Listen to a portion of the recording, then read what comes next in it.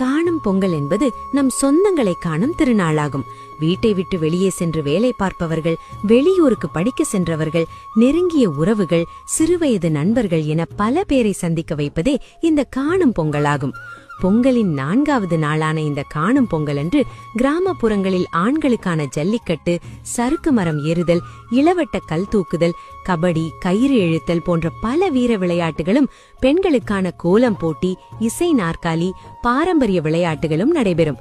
இது உறவினர்களை சந்திக்கும் பண்டிகை மட்டுமல்ல, நம்முடைய பாரம்பரிய விளையாட்டுகளை போற்றும் திருநாளாகும். சொந்த குடும்பத்தினருக்கே நேரம் கொடுக்காமல் ஓடிக்கொண்டிருக்கும் இன்றைய நவீன காலத்தில் ஒருவருக்கொருவர் நேரம் கொடுத்து சந்தோஷமாக பேசிக்கொள்வதுதான் காணும் பொங்கலின் உண்மையான அழகு.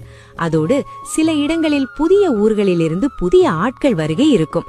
ஆகையால் புதிய நண்பர்கள் மற்றும் சொந்தங்கள் உருவாகும். இந்த காணும் பொங்கல் வாழ்வில் என்றும் மறக்காத பொங்கலாக அமைய வாழ்த்துக்கள்.